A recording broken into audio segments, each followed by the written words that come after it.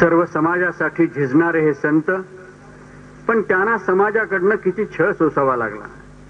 ही संन्याशाची पोरं या शब्दामध्ये ज्ञानदेव आणि त्यांच्या भावंडांची अवहेलना झाली. नामदेवांनाही शिंप्याला भक्ती केव्हापासून सुचायला लागली असं म्हणून समाजानं छळलं. त्यामुळे त्याला कळवळून लोकांना सांगावं लागलं की आता तर मी देवाचा झालो ना, आता सिंपी सिंपी त्याला म्हणू नये. पंजाब पर्यंत जाऊन नामदेवानी संतांची वाणी भारतभर पसरवली असं म्हणता येईल. त्यांचा छळ, तुकोबांचा छळ शूद्र म्हणून, आणि एकनाथ ते तर महारापुराणा कडे खांद्यावरती त्याही काळामध्ये घेणारे संत म्हणून आपल्याला माहित आहे. ज्याची अपंगिता नाही त्याची धरी जो हृदय, ही संतांची भूमिका होती. तरी समाजाचा सासुरवास हा त्यांना सतत सोसावा लागला. सासुरवास फार झाला म्हणजे काय करायचं असतं ते आमच्या महाराष्ट्रामधल्या स्त्रियांना चांगलं माहित आहे. सासुरवास फार व्हायला लागला म्हणजे त्या सरळ सांगतात की पहा बरं, मी जाईन निघून माहेरी. तसे एकदा नाथही म्हणाले, फार जेव्हा छळ झाला सोसवेना, तेव्हा म्हणाले आता मी जाईन माहेरी. ह्या लोक म्हणाले, वाह, तुमचं नाव नाथ आणि तुम्ही माहेरी चाललात. त्या ते म्हणाले, मग मला सुद्धा माहेर आहे. असं तसं नाही, मोठं तालेवार माहेर आहे माझं. माझे आई वडील सामान्य नाही आहेत, माझी भावंड, एकेकाचं नाव ऐकाल तर थक्क व्हाल. लोक म्हणाले, असं म्हणजे माहेर आहे तरी कुठे? ते म्हणाले, फार दूर नाही, तुम्हाला माहित आहे माझे माहेर पंढरी आहे भिवरेच्या तीरी.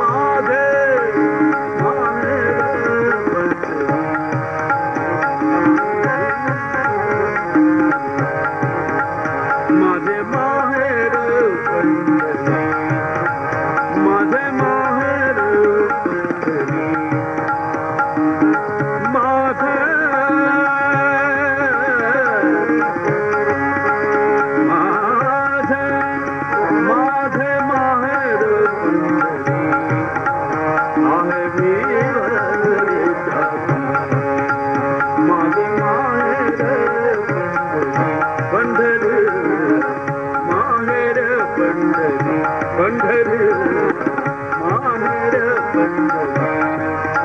माझे माहेर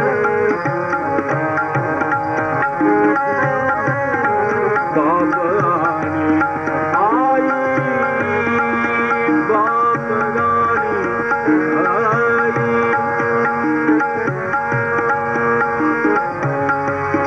बाप राणी